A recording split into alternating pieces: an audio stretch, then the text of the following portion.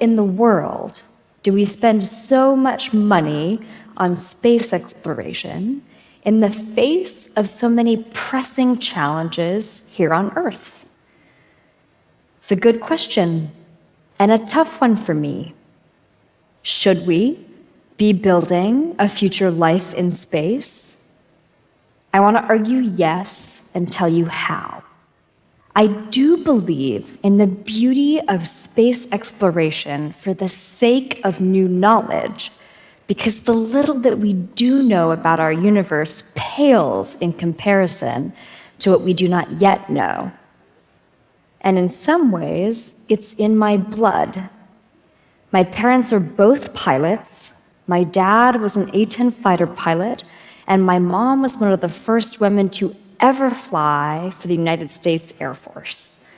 And 14 years ago, I floated in microgravity like an astronaut for the first time. This inspired me to work in aerospace for the rest of my life. But space exploration does so much more than just inspire. Our space program has routinely delivered breakthrough innovations. The Apollo program gave us the foundation of modern computing. The International Space Station gave us LASIK eye surgery, contributed to that amazing technology. And now new technologies are coming online to enable life-saving biotech in orbit and even deliver energy from space. What makes all of this possible? In the last 15 years, the cost to get to space has dropped dramatically, from over $50,000 a kilogram in the NASA shuttle era to now under $200 a kilogram with SpaceX's Starship coming online. This is remarkable. This is like FedEx. If you can ship something around the world, you can ship it to space. But the precursor space station, where so much of this amazing work has been taking place, the International Space Station, it's getting old, it's very cramped, and worse, it's about to be shut down. It's going to be decommissioned in 2030, 2031. We need new infrastructure, and we need it fast. Unfortunately, current in-space construction is quite slow, difficult, and dangerous. This is a diagram of all of the pieces of the International Space Station, and they were assembled over 15 years like this, by astronauts doing incredibly courageous and risky maneuvers in bulky spacesuits, basically building some of the most advanced technology known to humankind by hand. This hand-built method doesn't scale.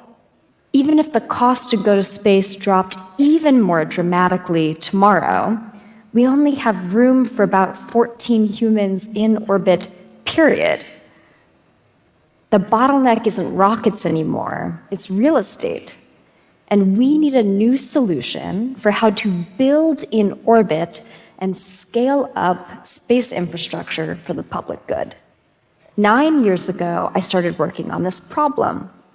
Could we learn from nature, from plants and proteins that self-assemble at a small scale, and adapt us to the grandest scales in space? We know that when you're in free fall around a planet, you have the sensation of zero gravity. In that environment, forces like magnetism can bring together vast objects with ease. So first at MIT, and now at Ariel Institute, my team and I have invented a system to do just this, to grow space structures in orbit using autonomous robotic self-assembly. The idea behind the method is to allow us to build reconfigurable space stations that are bigger than our biggest rockets. Based on my MIT PhD, we use electropermanent magnets very special, strong magnets that bring the modular tiles together to dock, to rendezvous. Essentially, think about space Legos with magnets that click, click, click, click into place. Tesserae, what we call this space habitat, is a self-assembling structure. So we ship the modular parts to their destination, wherever they're meant to be, and once the tiles or the modules arrive, they build themselves. So we don't require astronauts or even robotic arms to go out and do slow or risky spacewalks and space maneuvers. Here you can see that the tiles were packed flat for their ride to orbit very efficiently. We like to joke on the team, this is like a glorified Pez dispenser, if you guys remember the candies from the 90s. And from there, after the tiles have come together to form one buckyball, multiple buckyballs can dock to form a larger space station. And the best part is that we have tested this in space twice.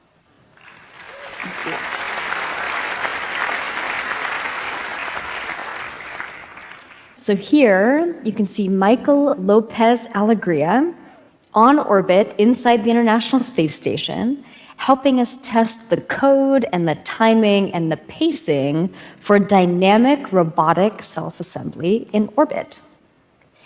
From here, we build and fly and test, we iteratively prototype, we simulate the physics to be able to fine-tune the construction method. And last year, we built a human-scale mock-up of our space habitat, and we brought it on a road show across the country. What we hope to communicate to the public with these interiors is a life worth living in space, or at least worth commuting to. Once we're in space, we can use the really unique environment of the vacuum, of microgravity, to manufacture things that can't be made on Earth. In low Earth orbit, we're working with partners to use the tesserae construction technology to assemble large volume, high throughput biotech factories. It turns out that in microgravity, protein crystals grow differently, certain types of tissues grow faster or mature better, and we can even do novel drug discovery in a way that we can't do under the conditions of Earth gravity.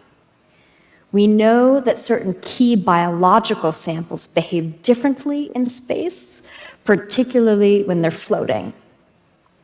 So whether it's exceptional quality organoids for testing Alzheimer's drugs or cancer drugs, or artificial retinas that would cure macular degeneration, these therapies will be made in space, stabilized, and brought back down to Earth.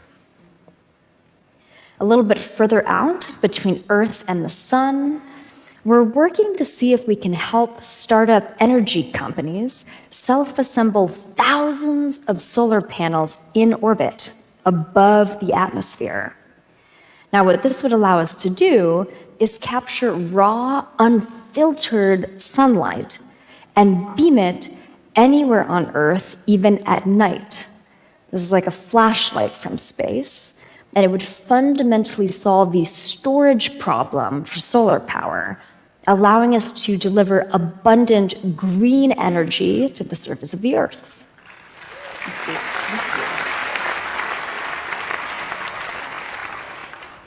These are some of the most responsible ways that we could use space technology in service of Earth. My team and I have been working on an idea passionately, known for decades in science fiction as off-worlding. Not off-worlding the humans, but off-worlding the heavy industry. We could let Earth recover as a garden planet for generations to come and use space infrastructure to do that off-worlding. And this future is a lot closer than you may think. While space travel definitely feels rarefied, and in many ways it certainly still is, I bring dozens of people with me every year into microgravity on parabolic flights. This is how NASA trains astronauts, affectionately known as the Vomit Comet. It's more fun than it sounds. And this is how we are training the new space generation. We're building architecture to welcome more people to orbit, whether it's for a long weekend to see the planet from space for the first time, or maybe for a career scientist to commute for a decade to work on a major breakthrough. Rockets like Starship enable us to dream really big, to be able to get enough mass of tesseract tiles and enough people into orbit to be able to fundamentally scale up space infrastructure for the public good. We know that the business case for space is here. Governments are investing in space-based solar power. Companies are investing in zero-G biotech. And in the next 10 years, we believe that we will be able to deploy our first modularly self-assembling space habitat and contribute to a $1 trillion space economy. And one of the best things we could do with this infrastructure is harness it for the profound benefit of life on Earth. Because fundamentally, space exploration isn't about escaping Earth. In 1968, Bill Anders took this iconic photograph, now lovingly referred to as Earthrise, and he famously remarked, "We came all this way to explore the moon, and the most important thing is we discovered the Earth." Bill's comment reminds us that space exploration is about building an aspirational future for humanity wherever we are, on Earth, in orbit around Earth, or beyond. Access to space is cheap enough now and available enough. We need to update our conception of the possible. If we invest now in space infrastructure, if we invest now in space architecture, new paradigms for how we can build infrastructure in space, we can profoundly expand humanity's horizons while still protecting the heritage of our priceless planet.